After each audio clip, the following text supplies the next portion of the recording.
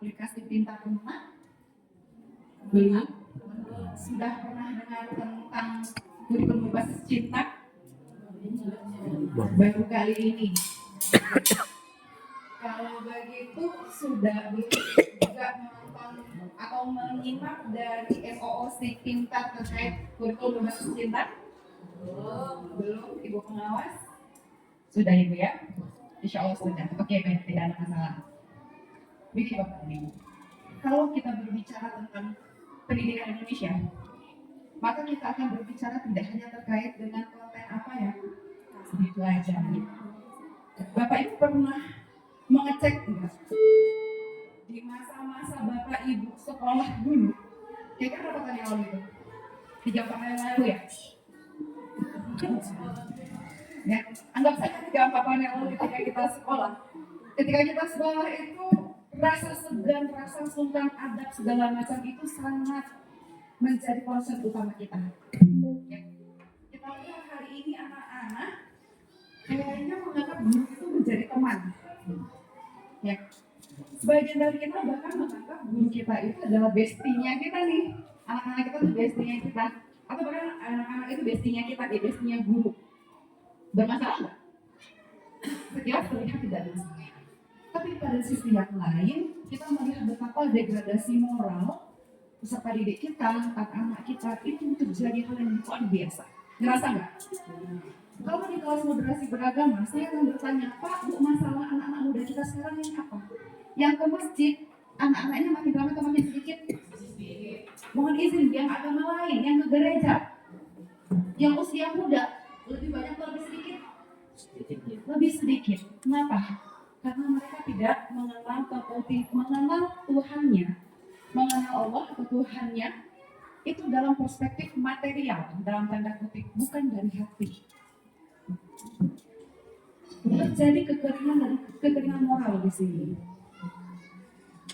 Bisa jadi karena mereka menganggap agama atau orang yang beragama itu sosok yang menyenangkan. Kita jadi kurang ramah sama anak, Pak, Bu. Kalau mungkin kalau di Islam, ayo sholat, kalau nggak sholat nanti Tuhan marah. Pernah gitu nggak? Atau ayo ke gereja, kalau nggak ikut kebaktian nanti Tuhan marah. Nah gitu ya, bahasa-bahasa yang mungkin pernah sudah digunakan. Maka dari itu Bapak dan Ibu, para pemikir di negara kita ini memikirkan, suatu saat bisa jadi kita tuh akan digantikan AI. Kita bikin PowerPoint, bikin slide, bikin video, kalau dulu butuh waktu berhari-hari berjam-jam hanya untuk membuat satu materi. Tapi saat ini dengan bantuan AI, bisa dengan segera. Contoh lain, Bapak Ibu pernah naik tol? Zaman dulu naik tol yang jaga siapa? Manusia. Sekarang mesin. Peran manusia digantikan oleh.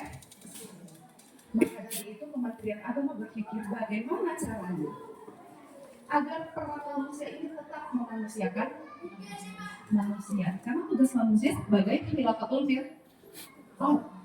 Dalam konteks muslim dikatakan bahwa manusia itu pemimpin. Maka dia harus mampu memimpin dirinya, memimpin yang tidak akan bisa digantikan oleh mesin. Betapa hari ini kita lihat banyak sekali figur-figur orang tua, figur-figur guru, figur-figur pendidik itu digantikan dengan YouTube. Nggak jelas siapa sumbernya. Lebih banyak anak-anak kita berinteraksi dengan layar dibandingkan dengan manusia realnya. Maka di kurikulum berbasis cinta Bapak dan Ibu kita mencoba untuk membangun kembali relasi-relasi yang sempat kering itu tadi, bahwa anak memandang agama itu bukan sesuatu antara hukuman dan bonus, hukuman dan pahala, tapi melihat bagaimana agama itu dibutuhkan. Agama itu menjadi sumber kekuatan anak untuk mendidik dirinya sebagai pemimpin. Nah, sekarang saya tanya lagi, saya ini dalam konteks agama apapun, siapa yang memiliki ilmu?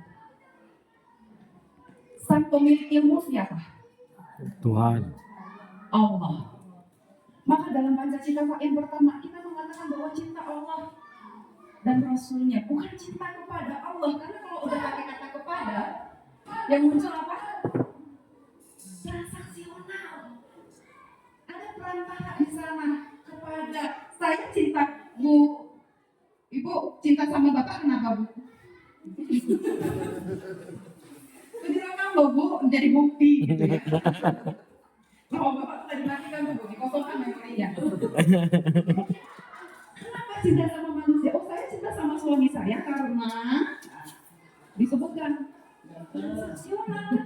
Kalau sudah ada penyebutan berarti transaksional. Sama saya sholat karena diperintahkan. Karena kalau nggak sholat nanti apa hukumannya? Atau kalau sholat apa yang didapatkannya? Begitu juga mungkin dengan agama lain. Kalau misalnya tidak mengeluarkan persepuluhan istri, kalau saya salah mohon maaf. Kalau tidak mengeluarkan dharma dalam agama Buddha, kalau tidak mengeluarkan apa dalam agama Katolik dan agama Kristen, akan seperti apa? Sifatnya transaksional, bukan berbasis milik, bukan berbasis kebutuhan. Tapi kalau kita sudah merasa butuh sama Allah, sama Tuhan, kata diperintahkan atau tidak, misalnya sholat sunnah, akan tetap dikerjakan karena saya merasa butuh terhadap Tuhan saya pengen ketemu sama Tuhan saya. Nah, jadi Bapak dan Ibu, cinta Allah dan Rasulnya kita ingin melihat memurnikan lagi akidah kalau dalam bahasa Islam ya. Bahasa saya kurang literasi untuk agama yang kalau buat ada Bapak Ibu di sini beragama yang selain Islam. Ini memurnikan lagi kepada akidah kita. Bahwa saya butuh kepada Tuhan saya bukan karena Dia telah memberikan saya kehidupan, tapi karena memang Dia layak untuk itu. Maka dan Bapak Ibu, izinkan kami mengantarkan Bapak dan Ibu dalam sebuah perenungan yang kita sebutkan dengan T-ceremony. Saya ingin sama-sama kita mengajak Bapak dan Ibu untuk tarik nafas,